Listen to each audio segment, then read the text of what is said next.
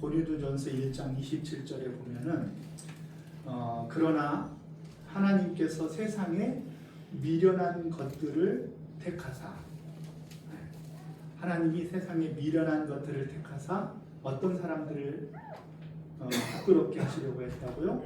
지혜 있는 자들을 부끄럽게 하시고, 세상에 약한 것들을 택하사, 약한 것들을 택하사 누구를 부끄럽게 하셔요? 강한 것들을 부끄럽게 하시고, 천한 것들, 멸시받는 것들, 없는 것들을 택하사 있는 자들을 부끄럽게 하신다. 그렇게 말씀하셔요. 아멘. 그리고 그 다음에 답을 가르쳐줘요. 이는 왜 그렇게 하셨는지. 이는 아무 육체도 하나님 앞에서 자랑하지 못하게 하심이라. 아멘. 아무 육체도 하나님 앞에 자랑하지 못하게 하시려고 그렇게 하셨다는 거예요. 아멘. 우리를 약하게 하시고 없이 하시고 연약하게 하신 이유가 다 있는 것이죠. 만일 다윗이 사울만큼만 됐어도 우리는 이 다윗의 능력이 출중하기에 하나님이 다윗을 골리앗을 물리치는 데 썼겠다 이렇게 생각하겠지만요, 다윗은 그렇게 위대한 전사가 아니었어요. 사실은 다윗은요, 다윗의 휘하의 사람들이 뛰어난 장수가 있어요. 뛰어난 3인의 용사가 있었고요, 그 3인의 용사 밑에는 30명의 뛰어난 용사들이 있었어요. 그 용사들 한 명 한 명의 면모가요, 정말로 어떤 장수보다도 뛰어난 사람들이 다윗의 밑에 있었죠. 다윗이 뛰어난 것이 아니에요. 다윗은 오늘 싸우러 나올 때 그 병기든 자를 앞세우고 방패든 자를 앞세우고 골리앗이 나와서 다윗을 보자마자 뭐라고 얘기했어요? 뭐라고?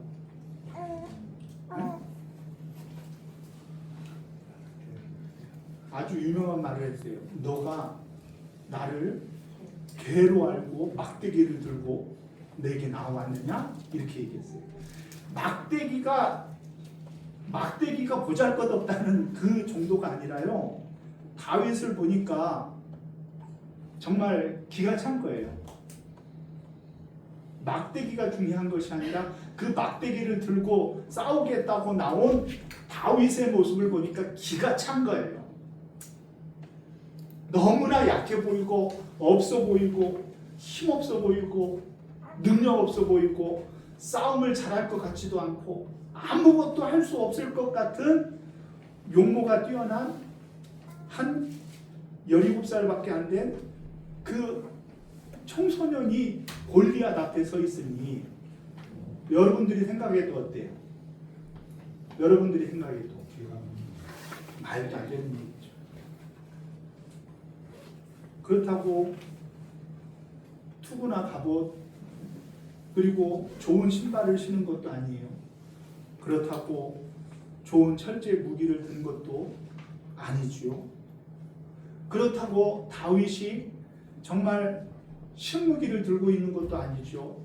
다윗이 골리앗 앞에 섰을 때 우리가 우리 편이니까 생각하고 이렇게 보지 말고 객관적으로 골리앗과 다윗의 그 엘라 골짜기에서의 싸움을 딱 우리들이 봤다고 하면은 어디에다가 베팅을 하고 싶어요? 어디에다 베팅할 거예요? 골리앗이죠. 당연히 골리앗이죠. 당연히 골리앗이죠. 그런데 왜 그렇게 만들었을까요? 이스라엘에는 큰 사람이 없어서, 이스라엘은 싸움 잘하는 사람이 없어서가 아니에요. 다윗과 골리앗이 맞닥뜨릴 때 하나님이 그 장면을 그토록 위대하게 만든 것은 무엇이냐고 하면, 골리앗은 거인으로서 대단한 존재로서 서 있는데 다윗은 너무나 연약하고 약한 모습인데 다윗이 혼자 서 있지 않은 거죠. 다윗의 인생의 주도권은 누구에게 있다고 다윗이 고백하고 있어요? 하나님께 있다고. 다윗은 다윗 혼자 나선 것이 아니에요. 하나님이 그와 함께 하시더이다. 다윗이 다윗 되고 다윗을 하나님이 그 마음에 합한 자로 불렀을 때 그 면면들을 다시 한번 떠올려 보세요. 다윗을 처음 부를 때에도 여호와께서 그와 함께 계시더이다 그랬죠. 하나님이 함께 하시는 모습이 주변의 사람들에게 보여졌다는 거예요. 자기가 자랑해서 보인 것이 아니라 다윗은 하나님이 함께 한다는 그런 객관적인 증거가 있어요. 그것이 무엇인지는 모르지만 그 증거가 있는 거예요. 뿐만이 아니라 다윗은 어떤 생각을 가졌어요? 이스라엘 군대에 다 두려워서 숨는 그 사람들을 보면서 그들을 뭐라고 칭했다고요? 여호와의 군대다. 하나님의 군대다. 그렇게 표현했잖아요. 네, 지지난주 설교 제목이었어요. 너무 처음 듣는 소리를 왜 그렇게 다 아는 것처럼 얘기하냐고 이렇게 쳐다보시니까 제가 당혹스러워요. 네? 다윗은 그 정말 보잘것없는 이스라엘 백성들 그 군대들의 모습, 그것도 골리앗 앞에서 다 숨어버리고 누구도 전쟁에 나서지 못하는 두려워 떠는 그들을 보면서도 하나님의 군대다. 하나님이 함께 하시면 하나님의 군대인 거예요. 우리가 아무리 연약하고 아무리 부족하고 아무리 우리의 모습이 보잘것없어도요, 하나님이 함께 하시면은 하나님의 군대가 된다는 것이죠. 지난주에 설교 제목은 무엇이었어요? 다윗은 이 싸움에서 여호와께서 건져내시리라. 이전의 나의 삶에도 하나님이 함께 하셔서 나를 건져내셨듯이, 사자의 발톱과 곰의 발톱에서 나를 건져내셨듯이 건져내시리라 그랬죠. 오늘 말씀에서는 다윗의 인생의 주도권이 누구에게 있다고 고백하느냐? 여호와께 있다고 고백하는 것입니다. 우리 그 주도권이 여호와께 있다는 말씀, 우리 46절 다윗이 이렇게 고백합니다. 같이 읽습니다. 시작. 오늘 여호와께서 너를 내 손에 넘기시니 내가 너를 쳐서 내 목을 베고 블레셋 군대의 시체를 오늘 공중에 세워 땅의 들짐승에게 주어 온 땅으로 이스라엘에 하나님이 계신 줄 알게 하였고. 아멘. 오늘 누가요? 오늘 여호와께서. 누가 한 말이에요? 다윗이 한 말이에요. 오늘 여호와께서 이렇게 얘기해요. 다윗은 자기가 싸우러 나가는데 그렇잖아요. 오늘 내가 너를 이렇게 하지 않고 오늘 여호와께서 이러잖아요. 이 싸움이 하나님의 싸움이라는 의식을 갖고 있었던 거예요. 다윗은 인생의 주도권을 자신이 쥐고 있는 사람이 아니었단 말이에요. 세상 사람들도 다 골리앗과 다윗의 싸움을 알아요, 몰라요? 다 알죠. 그런데 그들이 보는 것과 우리의 관점은 달라요. 성경의 관점은 달라요. 다윗과 골리앗의 싸움은 골리앗이 센데도 아주 힘없는 다윗이 이긴 거에 있지 않고, 다윗의 인생의 주도권이 여호와 하나님 앞에 있다는 믿음의 사람이었기 때문에 그의 골리앗과의 전투와 싸움이 승리할 수 있었다는 거예요. 여러분들은 어떻습니까? 여러분들의 인생을 살면서 여호와께서 여러분들의 인생에 관여하고 계신가요?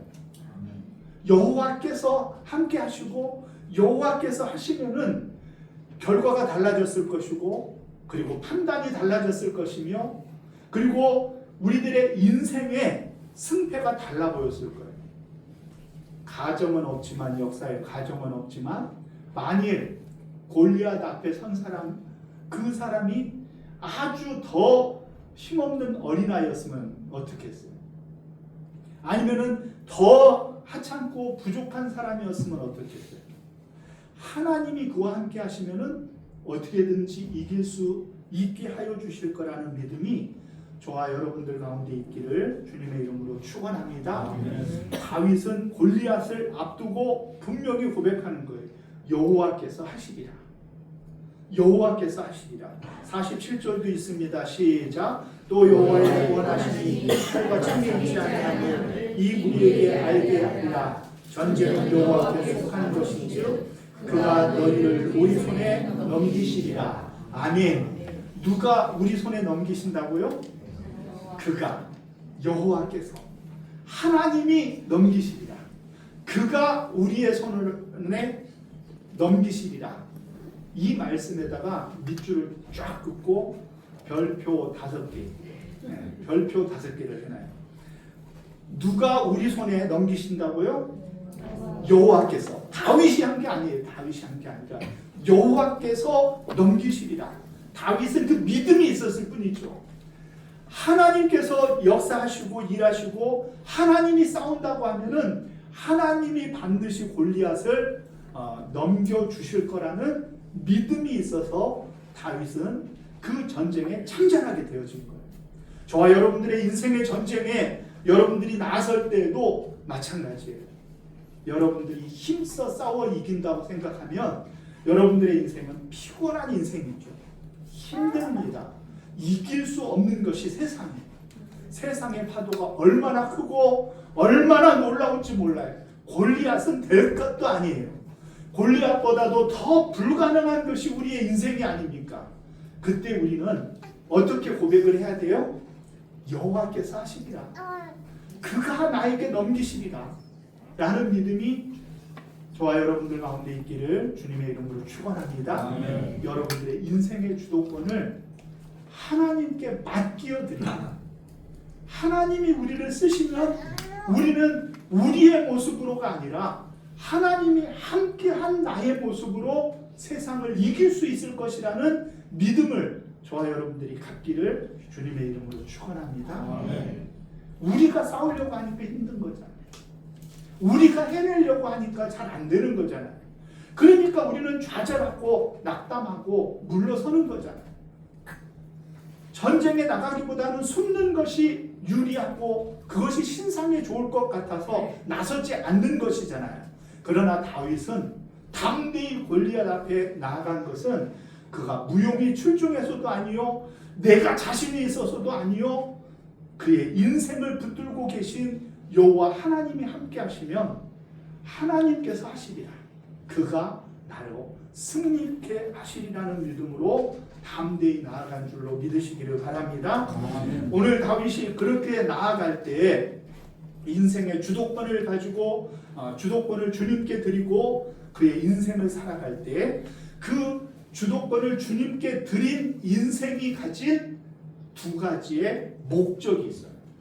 두 가지 목적. 첫째는 우리가 앞에 읽은 46절 말씀을 보니까 온 땅으로 이스라엘에 누가 계신 줄 알게 하겠고 하나님이 계신 것을 알게 하리라.